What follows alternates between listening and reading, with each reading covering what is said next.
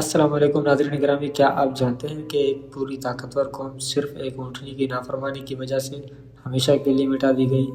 جی ہاں ناظرین، آج ہم بات کرنے جا رہے ہیں قوم سمود کے بارے میں۔ قوم سمود عرب کی ایک قدیم قوم تھی جو قوم عاد کے بعد زمین پر آباد ہوئی۔ یہ قوم موجودہ سعودی عرب کے شمالی علاقے میں آباد تھی، جسے آج مدائن صالح الحجر کہا جاتا ہے۔ قرآن مجید میں اللہ تعالیٰ نے کئی مقامات پر قوم سمود کا ذکر فرمایا۔ قوم سمود جسمانی طور پر طاقتور، مالدار اور ترقی یافتہ قوم تھی۔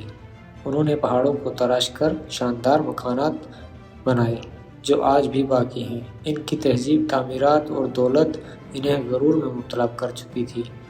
قوم سمود کی گمراہیاں یہ تھی کہ قوم سمود شرک میں مبتلا تھی۔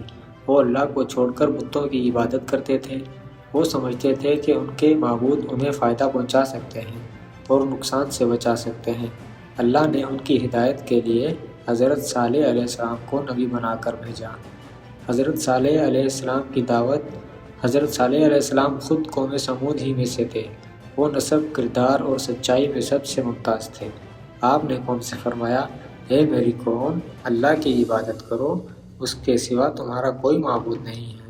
اس نے تمہیں زمین میں بسایا اور تمہیں قوت عطا کی، لہٰذا اس سے مغفرت مانگو اور اسی کی طرف رجوع کرو۔ لیکن قوم کے سرداروں نے تکبر کیا۔ انہوں نے کہا، اے صالح، تم پہلے ہمارے درمیان ایک امید تھے، کیا تم ہمیں ان معبودوں سے روکنا چاہتے ہو جن کی عبادت ہمارے باپ دادا کرتے آئے ہیں؟ قوم نے حضرت صالح سے معجزہ مانگا۔ انہوں نے شرط رکھی، اگر تم واقعی اللہ کے نبی ہو تو ہمیں ایک نشانی دکھاؤ، اس پہاڑ سے ایک حاملہ اونٹنی نکال کر دکھاؤ۔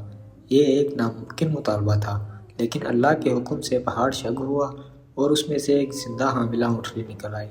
یہ ایک عظیم معجزہ تھا۔ حضرت صالح نے فرمایا، یہ اللہ کی اونٹنی ہے، اسے نقصان نہ پہنچانا۔ یہ ایک دن پانی پیے گی اور ایک دن تم۔ اگر تم نے اسے نقصان پہنچایا تو تم عذاب میں آ جاؤ گے۔ اونٹنی واقعی پانی کا پورا کنواں ایک دن میں پی جاتی تھی، لیکن بدلے میں وہ قوم کو دودھ دیتی تھی جو سب کے لیے کافی ہوتا۔ یہ اللہ کی طرف سے ایک واضح آزمائش تھی۔ اور پھر کچھ لوگ ایمان لے آئے، لیکن اکثریت نے انکار کیا۔ قوم کے سرداروں نے کہا، یہ اونٹنی ہمارے لیے مصیبت بن گئی ہے، یہ ہمارے پانی پر قبضہ کر لیتی ہے۔ چنانچہ انہوں نے ایک بدبخت شخص کو تیار کیا جس کا نام غدار بن صالب تھا۔ اس نے اونٹنی کی پونچھیں کاٹ دی اور اونٹنی تڑپ تڑپ کر مر گئی۔ یہ اللہ کی حکم کی کھلی نافرمانی تھی۔ حضرت صالح کا آخری تنبیہ۔ حضرت صالح علیہ السلام نے فرمایا، اب تم 3 دن تک اپنے گھروں میں فائدہ اٹھا لو، اس کے بعد تم پر عذاب آ جائے گا۔ یہ ایک چھوٹی بات نہ تھی۔ ان 3 دنوں میں پہلے دن چہرے زرد ہو گئے، دوسرے دن سرخ، تیسرے دن سیاہ۔ پھر بھی قوم نے توبہ نہ کی۔ چوتھے دن ایک زبردست چیخ سنائی دی اور زلزلہ آیا۔ زمین کانپ اٹھی، دل پھٹ گئے اور پوری قوم اپنے گھروں میں اوندھی پڑی رہ گئی۔ اللہ تعالیٰ فرماتے ہیں، بس وہ اپنے گھروں میں اوندھے پڑے رہ گئے، گویا وہ وہاں کبھی آباد ہی نہ تھے۔ صرف حضرت صالح اور ایمان والے محفوظ رہے۔ اور پھر حضرت صالح نے اس بستی سے رخصت ہونے کا فیصلہ کیا۔